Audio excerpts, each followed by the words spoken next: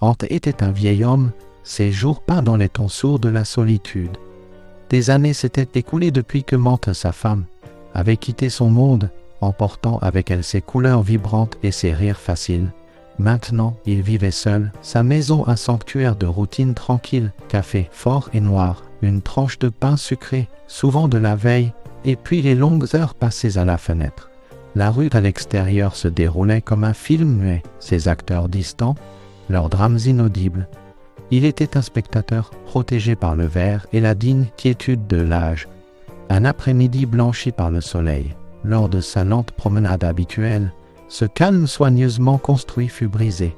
Il déambulait près d'un vieux mur d'adobe oublié, ses briques s'effritant, cédant au temps et aux intempéries. C'est alors qu'il entendit un son qui contourna ses oreilles et frappa une corde résonnante et douloureuse au plus profond de sa poitrine. Ce n'était pas un aboiement sec et exigeant. Ce n'était pas un hurlement, lugubre et sauvage. C'était autre chose, un son bas, étouffé, comme un soupir traîné tiré du cœur même d'un cœur brisé. C'était un cri que l'on sentait, non pas avec ses oreilles, mais avec un serrement instinctif de son propre cœur. Cela vous faisait arrêter, cela vous faisait vous retourner. Ante s'arrêta, ses chaussures usées éraflant la terre poussiéreuse. Un froncement plissa son front buriné. L'imagination, murmura-t-il, le mot un souffle fragile contre l'air indifférent de l'après-midi. Il fit quelques pas hésitants vers le mur délabré. Il l'entendit à nouveau, plus clair maintenant, indubitablement vivant, un long gémissement plaintif. Il émanait d'une fissure dentelée dans l'adobe. Ante regarda à travers des ombres de la terre desséchée, et puis son souffle se coupa. Il le vit, un petit chien, attaché par une corde cruellement courte à un portail rouillé et oublié. Ses oreilles étaient plaquées, son corps émacié recroquevillé, essayant désespérément de disparaître dans la terre. Ses yeux, anormalement grands sur son visage décharné, étaient des puits de chagrin inimaginables. Une larme lente traçait un chemin sur sa fourrure emmêlée. Il était couvert de vieilles saletés, les côtes crumes visibles. Il n'aboyait pas, il ne bougeait pas, il ne faisait que pleurer, sa misère une force palpable. Un étau se resserra autour de la poitrine d'Ante. « Que se passe-t-il ici » murmura-t-il, quelque chose d'ancien, longtemps endormi en lui une capacité d'indignation. Un puits profond de compassion commença à s'agiter. C'était profondément mal. Il fit un pas de plus, le chien baissa davantage la tête en signe de résignation. Ante regarda autour de lui. « Personne, ça ne peut pas rester comme ça » murmura-t-il, la voix brisée. Cette nuit-là, le sommeil échappa à Ante. L'image du chien ratatiné aux yeux tristes le hantait. Pitié, impuissance, une rage naissante, et une incitation urgente de son âme guerroyait en lui. À 7 heures le lendemain matin, il était de retour dans la ruelle, portant du pain au jambon et une bouteille d'eau. Le chien leva lentement la tête, une lueur de reconnaissance dans ses yeux tristes. Il ne bougea pas, le regarda simplement, son regard une encyclopédie silencieuse de la douleur. Ante laissa la nourriture et l'eau. Il ne vit aucune maison à proximité. Juste une arrière-cour abandonnée et envahie par la végétation. La corde était attachée à un tuyau rouillé encastré dans le mur qui s'effritait. Quelqu'un l'avait délibérément laissé là, quelqu'un savait. Une bouffée de colère le traversa. Il rentra chez lui, ses pas lourds de résolution. Il chercha à tâtons son vieux téléphone et composa le numéro. « Police. »« Allô » commença-t-il. « Je ne sais pas si c'est une urgence, mais il y a un chien qui souffre, seul, attaché. Il s'éteint. » Une voix froide et automatique répondit. « Adresse exacte, monsieur, rue Jasmine. » Au bout, près de la maison au mur cassé. C'est l'abandonné. Est-il en danger immédiat ? Ante hésita. En danger, écoutez, s'il reste là, il va mourir. Il raccrocha, frustré. Les heures passèrent. Rien. Il revint dans l'après-midi. Le pain gisait intact, l'eau renversée. Le chien, inchangé, semblait un élément permanent de misère. Ante toucha les murs froids, puis cria « Quelqu'un ici, c'est votre chien ?» Et seul le silence répondit. L'abandon, réalisa-t-il, ne crie pas toujours. Ce chien était silencieux depuis si longtemps.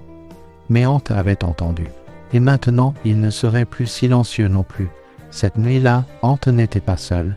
Il avait parlé à Madame Gable, la gentille pâtissière qui connaissait le pouls du quartier, et à Sarah, une jeune femme vivant près de la maison abandonnée.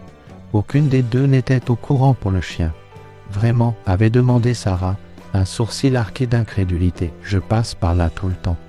Je ne l'ai jamais entendu. Qu'il n'aboie pas, expliqua gravement Ante, qu'il ne fait que pleurer. Cette phrase frappa profondément Sarah. Elle l'accompagna dans la ruelle, regardant par-dessus le mur. Elle haleta, sa main volant à sa bouche. « Oh mon Dieu » murmura-t-elle. « Depuis combien de temps est-il comme ça ?»« Je ne sais pas » répondit Ante. « Mais nous ne pouvons plus l'ignorer. » La souffrance silencieuse du chien devint un son collectif. Sarah apporta une couverture douce. Madame Gable arriva avec un récipient de poulet et de riz, son arôme réconfortant contrastant crûme avec la désolation. Ante portait une lampe de poche. Ils s'approchèrent avec précaution. Il était là, la tête basse, mais alors qu'il sentait leurs pas, il leva la tête, juste une seconde. Dans ce moment fugace, au milieu de la tristesse et de l'épuisement, une minuscule étincelle d'espoir, presque éteinte, vacilla dans ses yeux. « On va te sortir de là, petit » murmura Sarah. Le chien fit un effort vaillant pour se lever, ses fines pattes tremblant violemment. Il ne réussit à avancer que de quelques centimètres avant de s'effondrer. « Il n'en peut plus » s'exclama Madame Gable, les larmes montant à ses yeux bienveillants. « C'est un crime » déclara Ante la voix ferme. L'histoire n'était plus seulement la sienne et celle du chien. Elle était devenue celle du quartier. Le lendemain, 5 personnes se tenaient près du mur. Une femme inquiète apporta un seau d'eau fraîche. Un jeune garçon laissa un morceau de gâteau soigneusement emballé. Quelqu'un demanda des nouvelles du service de contrôle des animaux. « Oui, mais personne n'est venu » dit Ante, sa frustration évidente. Poussé par un sentiment d'urgence partagée, quelqu'un publia une photo sur Facebook. Un autre voisin partagea une vidéo. Les commentaires affluèrent indignation. Sympathie, offre d'aide. Les voisins, galvanisés, appelèrent à nouveau la police et d'autres contactèrent une ONG locale. Le chien, inconscient de la tempête numérique, regardait simplement, puis, presque imperceptiblement, il remua un peu la queue, un frémissement timide, comme s'il osait demander si quelque chose de différent était vraiment en train de se produire. Puis, il pleura, non pas le cri étouffé intérieur, mais un gémissement clair, aigu, presque humain. C'était un son qui fit monter de nouvelles larmes aux yeux de Madame Gable et fit serrer les dents à Ante, une douce malédiction lui échappant. « Je le jure, jura-t-il, cette fois, nous ne te laisserons pas tomber. » Ce cri n'était plus seul, il avait enfin un écho.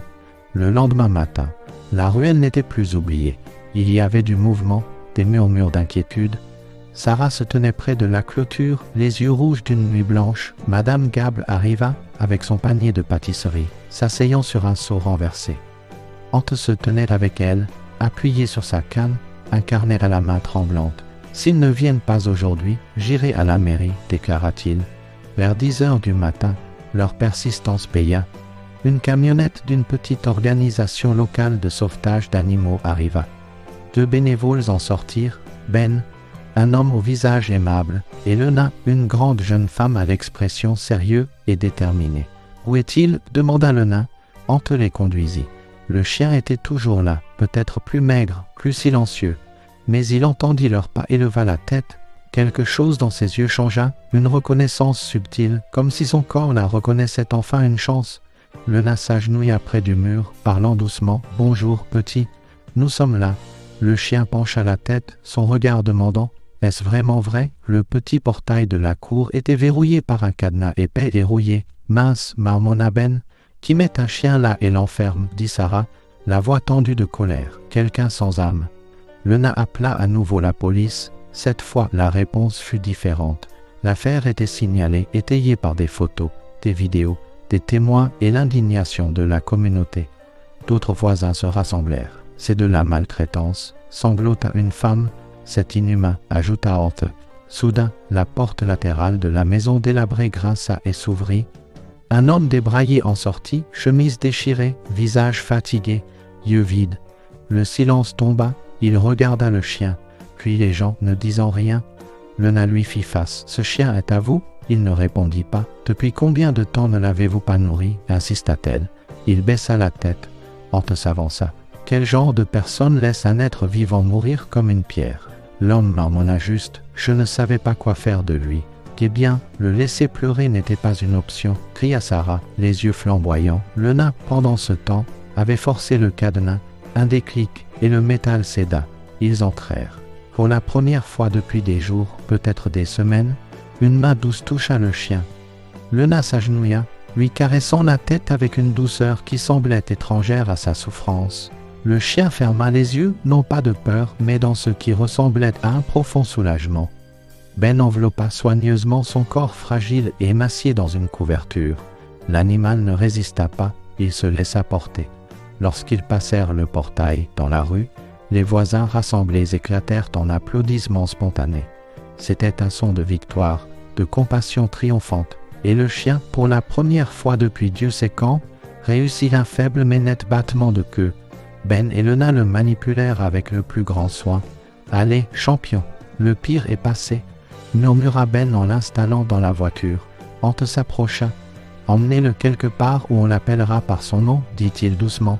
Il n'avait même pas ça ici. » Le nain le regarda tendrement. « Et comment l'appelleriez-vous » Ante marqua une pause, une expression pensive sur le visage, puis un rare sourire effleura ses lèvres. « Pip, parce que seule une petite graine de cœur courageuse, un minuscule pépin, survit à tant de douleur ?» Le nain hocha la tête. « Parfait. À partir d'aujourd'hui, il s'appelle Pip. » La voiture démarra lentement, s'éloignant au milieu d'autres applaudissements et de quelques larmes versées. Un silence lourd et respectueux descendit. Le propriétaire regardait depuis le trottoir, immobile, silencieux. Sarah lui lança un regard dur. « Vous ne méritiez pas son regard, mais il vous aimait quand même. » Madame Gable le dévisagea. « Et c'est ce qui fait le plus mal, les chiens aiment même ceux qui les oublient. » L'homme ne répondit pas. Ça n'avait plus d'importance. L'histoire était désormais celle de Pip. Au refuge, Pip fut accueilli par Eileen, une bénévole aux gentils cheveux gris et aux mains douces. Elle l'enveloppa dans une autre couverture propre, nettoya soigneusement ses pattes couvertes de terre et lui offrit de l'eau. Il la renifla, puis but comme s'il n'avait pas goûté à l'eau depuis des semaines. « Bon chien, Pip, » murmura Eileen. Un vétérinaire examina son corps frêle, vieille blessure, croûte, peau irritée, tic et grave émaciation. Mais ses yeux étaient les plus remarquables. Il fixait, essayant de décider s'il pouvait faire confiance, si cette gentillesse était réelle. Chaque approche le faisait pencher la tête. Est-ce de l'amour ou un autre piège? On lui donna un lit douillet. Il ne l'utilisa pas au début, se blottissant dans un coin, observant. Cette nuit-là, quand tout fut calme, Pip rampa lentement vers la couverture, la renifla et laissa échapper un profond soupir, pas un aboiement, pas un cri, mais un son de profond soulagement. Il dormit, en paix, pour la première fois depuis très, très longtemps. 3 jours passèrent, Pip commença sa lente guérison. Il mangeait peu, dormait beaucoup, mais chaque matin, sa queue remuait un peu plus. Métronome plein d'espoir. Dans le quartier, Pip devint une légende. « Avez-vous entendu parler de Pip ?» demandaient les gens. Sarah et d'autres organisèrent une collecte. Couverture, nourriture, vieux jouets, argent. Ante apporta un mot manuscrit. « Pour toi, Pip, je ne te connaissais pas, mais je t'ai vu. Cela a changé ma vie. Merci de m'avoir rappelé que le véritable amour a parfois 4 pattes et un regard qui n'abandonne jamais. » Même la petite fille du 2B, toujours effrayée par les chiens, dessina Pip sur un nuage. Les bénévoles du refuge étaient stupéfaits. « Tout ça pour un seul chien ?» demanda Eileen. « Oui, dit le nain, les yeux brillants, parce que ce chien a rendu son âme à tout un quartier. » Un matin, Ante visita le refuge, chemise propre, canne polie, un sac de biscuits pour chiens à la main. « Puis-je le voir ?» demanda-t-il à Eileen. Pip, couché à moitié endormi, sentit des pas familiers. Il leva la tête, renifla l'air, puis se leva et marcha, chancelant mais déterminé, jusqu'au portail de son enclos. Ante s'agenouilla. « Tu te souviens de moi, petit ?» Pip remua la queue pas fort, pas joyeux, mais avec une reconnaissance tranquille, comme pour dire « Tu as été le premier ». Puis Pip posa doucement sa tête contre la jambe d'Ante. C'était un geste conscient, une étreinte silencieuse. Ante, qui n'avait pas pleuré depuis des années, sentit des larmes couler sur son visage. Il ne dit rien, caressa juste la tête de Pip, murmurant « Merci, merci de ne pas avoir abandonné ». Les jours se transformèrent en semaines. Pip marchait plus régulièrement. Il était toujours mince, mais la fragilité avait disparu. Ses yeux brillaient d'une lumière naissante. Occasionnellement, un aboiement doux et timide lui échappait, testant une voix qui n'était plus étranglée par la douleur. La vidéo du sauvetage devint virale, les dons affluèrent, ainsi que des lettres et des dessins. L'histoire de Pip éveilla un sens plus profond de responsabilité dans la communauté. Un petit groupe de soutien aux animaux du quartier se forma. Un nouveau panneau apparut à l'entrée du parc. Vous voyez un chien qui souffre. Ne détournez pas le regard. Soyez comme Ante. Faites quelque chose. Ante devint un héros discret. Chaque après-midi, il visitait le refuge. Pip l'attendait. C'était leur moment. Ante s'asseyait sur un banc de jardin. Pip se couchait à ses pieds. Aucun ne parlait beaucoup. Leur compagnie était un silence partagé et confortable. Un après-midi, Yine s'approcha d'Ante. « Et si Pip restait avec vous, Ante ?» demanda-t-elle doucement. Ante cligna des yeux, momentanément abasourdi. « Avec moi, oui, » affirma Yine. « Il vous connaît, il vous cherche, il vous attend, il vous aime. » Ante baissa les yeux. « Cela fait des années que je n'ai lu personne à la maison, » dit-il doucement. « Je pensais que ce silence était normal, faisait partie de la vie. Maintenant je réalise. » Ce n'était pas le silence, c'était la solitude. Pip leva les yeux vers lui, ses yeux nobles et confiants. Puis Ante, les yeux brillants, dit « S'il le veut, Yine, je le veux aussi. » Yine sourit chaleureusement. « Je pense qu'il vous a choisi il y a un moment, Ante. » Cette même semaine, ce fut officiel. Ante arriva au refuge avec de nouvelles gamelles, un sac de nourriture spéciale, de jouets et un nouveau lit. Pip sortit à côté de lui, ne courant ni ne sautant, mais avec des pas lents et sûrs, comme celui qui sait qu'il rentre chez lui. Alors qu'il partait, le ciel devint doré avec le soleil couchant. Les gens les regardaient passer, certains applaudissant, d'autres pleurant. Des enfants criaient « Au revoir, Pip, tu l'as bien mérité ?» Ante le regarda. « Oui, tu l'as bien mérité, champion. Tu as mérité le droit de croire à nouveau. » Pip remua juste la queue, pas fort, pas anxieux, mais avec un calme profond et installé. La première nuit de Pip dans sa nouvelle maison fut différente. Ante avait tout préparé, le lit près de la fenêtre, de nouvelles gamelles, un coussin. Homme sweet homme, Pip entra lentement, reniflant chaque coin, comme s'il ne pouvait pas croire que des murs le protégeaient maintenant. Il s'arrêta près d'une chaise, resta immobile. Ante s'agenouilla avec effort. « Tu peux bouger, petit, plus de cordes ici. » Pip le regarda, comprenant. Il fit 2 petits pas, puis se coucha non pas sur le lit, non pas sur le coussin, mais aux pieds d'Ante, là où son cœur se sentait déjà en sécurité. Les jours se transformèrent en une belle routine. Café du matin sur le porche, Ante avec sa tasse, Pip regardant les pigeons. Promenade de la mi-journée au parc. Regardez qui est là, criaient les enfants. Le bon vieux Pip, un jour, il remua la queue, puis se laissa caresser. Finalement, il aboya un joyeux « Je suis là ». Tout le monde célébra. La maison tranquille d'Ante avait maintenant un rythme. Il cuisinait du poulet et du riz à partager. Sa sonnette, autrefois silencieuse, carillonnait souvent. Ante Pip peut-il sortir jouer? Le silence qui l'entourait autrefois ne faisait plus mal, c'était un silence partagé, rempli de chaleur. Un jour, une lettre arriva au refuge, adressée à Ante. « Merci.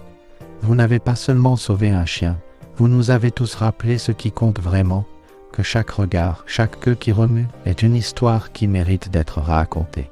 Et vous l'avez raconté avec amour, pas de signature. » Ante sourit, la garda sur sa table de nuit, à côté des photos de sa femme. Cette nuit-là, Pip endormit à côté de lui. Ante murmura, « Je te le promets, cette histoire ne s'arrêtera pas là. » Les semaines devinrent des mois. Pip était le chien du quartier, l'ami de tous, un symbole. Ante changea le plus. Il ne se voûtait plus, il racontait des blagues, riait aux éclats. Le nain du refuge appela. « Ante, voudriez-vous amener Pip une activité avec des enfants dans une école ?» Des enfants, oui. Nous pensons qu'il pourrait leur apprendre quelque chose de très spécial. Ante regarda Pip endormi, confiant. « S'il le veut, je l'emmènerai. » À l'école primaire, des visages curieux. Quand Pip entra, un silence magique tomba. Il marcha lentement, remuant la queue. Yine raconta son histoire. « Pip est là pour vous apprendre. Chaque être vivant mérite l'amour. » Un garçon s'approcha de Pip, s'assit à côté de lui. Pip posa sa tête sur la jambe du garçon. Le garçon pleura, non pas de tristesse, mais de soulagement. Pip devint un thérapeute canin, visitant les écoles, les maisons, les personnes âgées.